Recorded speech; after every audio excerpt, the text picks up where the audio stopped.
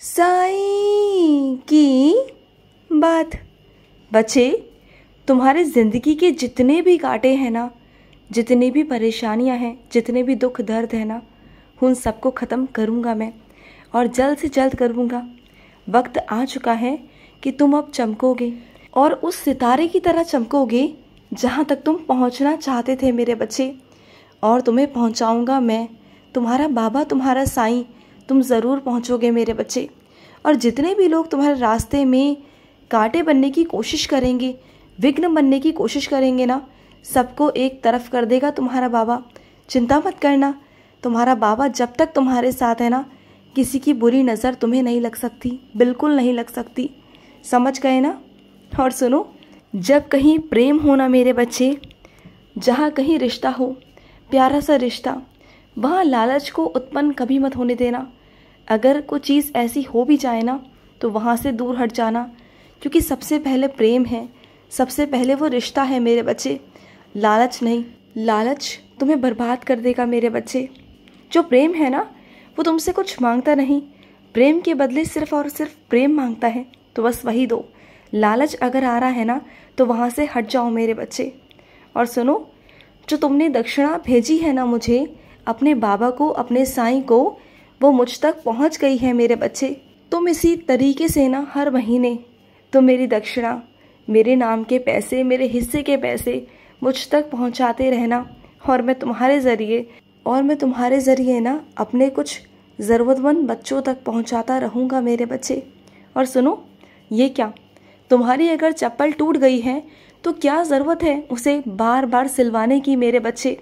कितनी बार सिलवाओगे? हाँ, उसे फेंक दो या दूसरी ले लो मेरे बच्चे। बस हुआ ना, अब वो ख़त्म हो चुकी है, वो पूरी तरीके से घिस चुकी है मेरे बच्चे। कब तक उसको पहनते रहोगे? हाँ, ऐसा मत किया करो, इतना भी लोभ लालच मत किया करो, इतनी कंजूसी भी अच्छी बात नहीं होती। जहाँ ज़रूरत का सामान होता है ना, ज़रूरत की चीज़ें होती है ना, उसे खरीद लिया करो, इतना मत परेशान हुआ करो। मानता हूँ कि धन बहुत ज़रूरी है, इसकी इज्जत करनी चाहिए, संभाल कर रखना चाहिए, लेकिन जहाँ ज़रूरत है वहाँ तो लोगे ना, वहाँ तो करोगे ना, ज़रूरत को पूरा करोगे ना अपनी। हाँ, और सुनो, जिन लोगों की नज़रों से तुम बचना चाह रहे हो, बच कर निकलना चाह रहे हो ना, उन लोगों के दिमाग इतने तेज़ है ना कि बस वो, चाहे तुम कितना भी छुप लो, चाहे कितना कुछ भी कर लो, वो बातें बनाने से ना पीछे नहीं हटते, बिल्कुल भी नहीं हटते। तो तुम ना डरो मत, अब जो करना है सामने करो, बिल्कुल भी मत डरो, क्योंकि तुम चाहे कितना भी उनके पीछे से शर्म की वजह से कुछ चीज़ें उनके सामने नहीं करते, ऐसा नहीं कि तुम गलत हो, सिर्फ शर्म की वजह से, लेकिन वो तुम्हारी शर्म लिहाज को भी ना बदतमीज़ी में तब्दील करना चाहते हैं। तो ठीक है ना, अगर वो यही चाहते हैं तो यही ठीक। अगर तुम उनकी इज्जत कर कुछ चीज़ों को उनके सामने नहीं कर रहे हो, लेकिन वो फिर भी नहीं मान रहे तुम्हारे खिलाफ भड़काने में लोगों को, खुद तो बुराइयां करते ही करते हैं, लेकिन सामने वाले को भी तुम्हारे खिलाफ करते हैं, और ये बहुत गलत बात है। इसलिए बोल रहा हूँ कि जो करना है अब उनके सामने ही करो, कम से कम तुम जवाब दे पाओगे, और जवाब देना ज़रूर मेरे बच्चे। तुम जानते हो आज तुम्हारे ही बारे में बातें क्यों होती हैं? तुम्हारे संग साथियों के साथ ऐसा क्यों नहीं हुआ? क्यों उनसे कुछ कहा नहीं गया? क्योंकि वो बोलते थे, अपनी आवाज़ उठाते थे, और आज किसी की हिम्मत नहीं कि उन्हें कोई कुछ कहे, क्योंकि उन लोगों ने अपने आप को उस मुकाम तक पहुंचा लिया है जहां उनसे अब कोई कुछ कह नहीं सकता, और तुम जहां के वहीं रह गए। क्यों?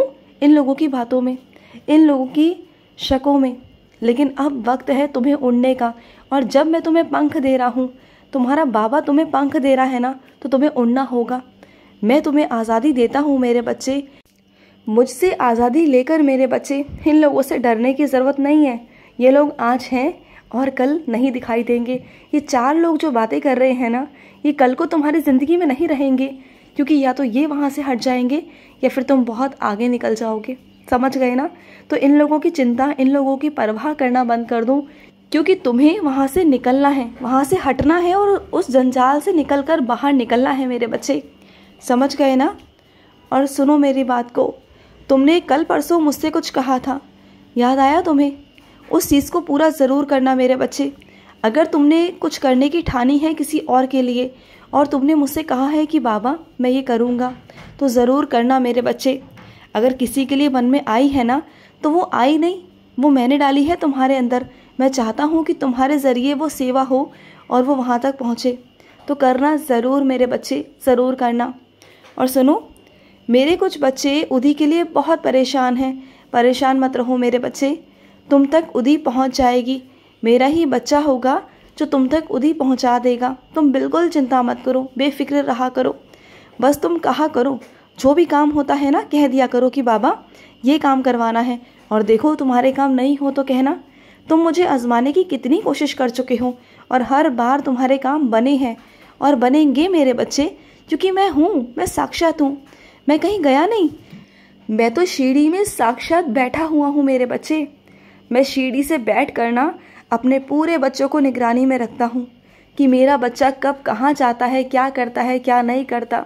सबकी खुशियों का, दुख का, सबका ध्यान रखता हूँ कि मेरा बच्चा कौन सा परेशान है, कौन सा दुखी है।